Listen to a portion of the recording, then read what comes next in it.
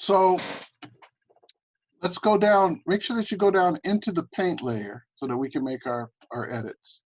And the first thing we're going to do is we're going to look at this suite of tools here. We're going to go over and we're looking at the spot healing brush, the healing brush, and the patch tool. And then we'll come back in other sessions and work with the content aware, move, and the red eye tool. So let's start with the spot healing brush. So I'm going to click on that. Remember, I can change the size of the brush with the left and right square bracket key. And I can just take that and scrub it over the damaged portion of the image, and it just cleans it right up.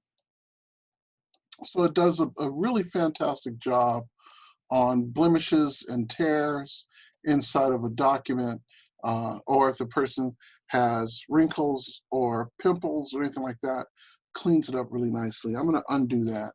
So that's a very powerful tool. It's very easy to use. Okay, I went back one step too many.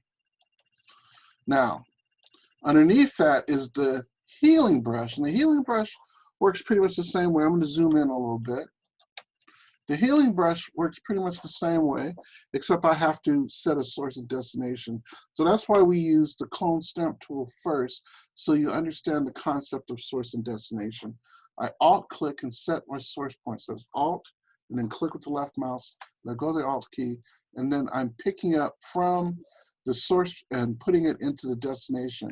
So I can use either one of these tools to do some fantastic cleanups on art that's been damaged. Okay, all right. So I'm going to step backwards and let's look at another one of the tools here in that same area.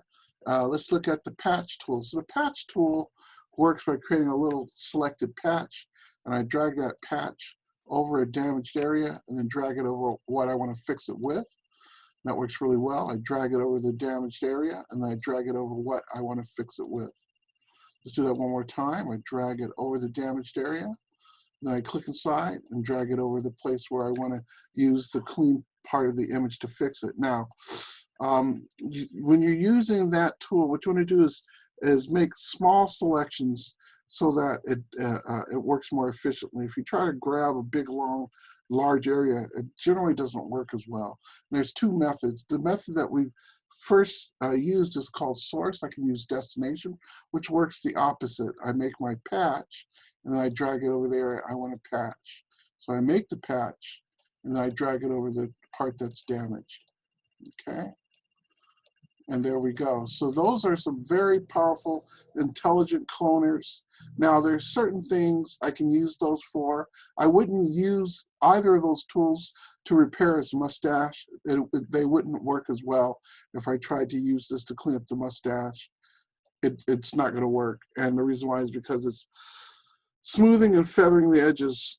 There are some circumstances where you still need to go in and use that clone stamp tool. So anytime I want to pick up material wholesale and paint it into another part of the picture, I'll use that clone stamp. So Alt click and then come over, and then I can clone stamp his mustache and clean that up.